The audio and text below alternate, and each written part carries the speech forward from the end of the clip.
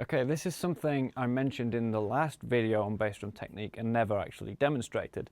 If you're watching this on YouTube, please check out the link in the video description and go check this video out on my blog where you'll find all the previous videos.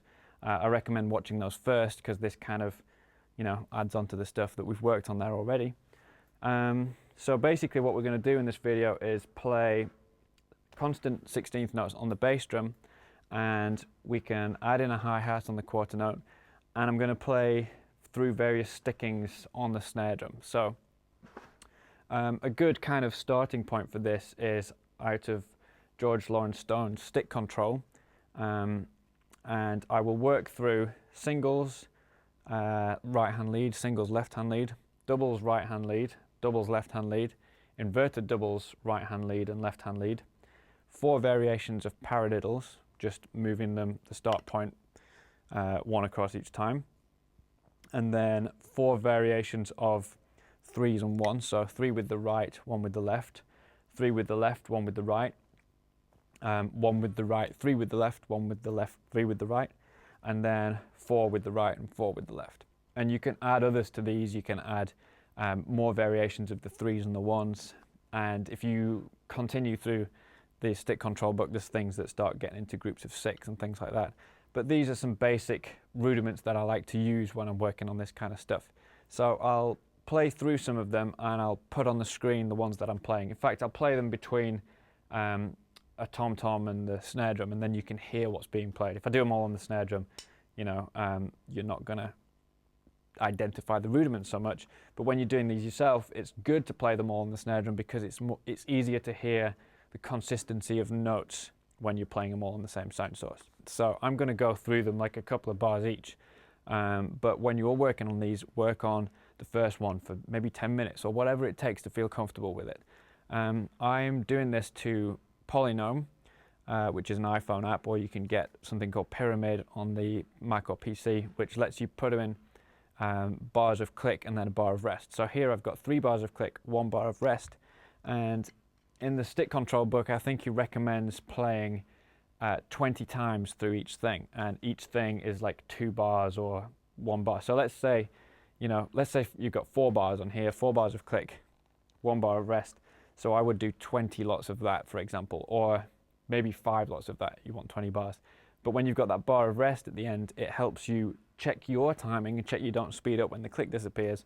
It also helps you kind of feel that 20 bars because you've just got to count 5 lots of the click rather than count up to 20 every time. It's not like that difficult, but it's a kind of nice way to make things, it makes it feel shorter than playing 20 individual bars. You're playing 5 lots of the thing with the hole in it. So yeah, if I'm doing this as an exercise, I might do 20 on each one, and then if some of them feel more uncomfortable than others, I'll go back and work on those for longer. So I'm going to play through them. I'll put up on the screen what the stickings are that I'm playing. Do this at a tempo that feels comfortable to you to play constant 16th notes on the bass drum. Try adding the hi-hat. I'll play the hi-hat on the quarter note for good measure, but if that's too difficult, then just work on the stickings. You can always add things to exercises to make them more complex, but what we're interested in is accuracy and feeling comfortable with the grooves.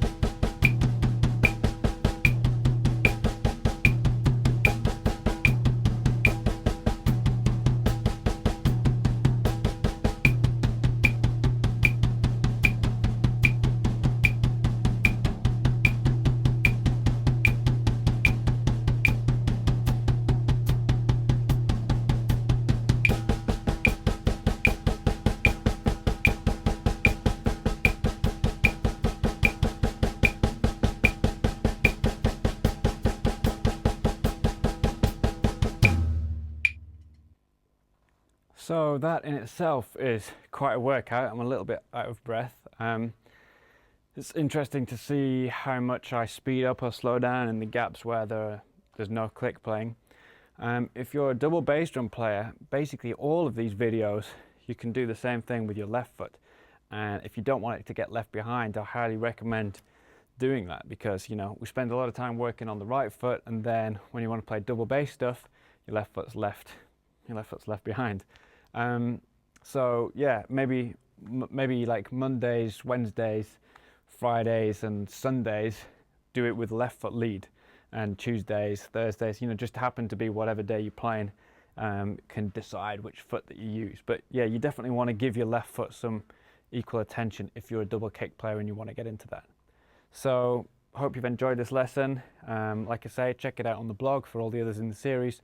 All the links are in the video description below, and thanks for watching.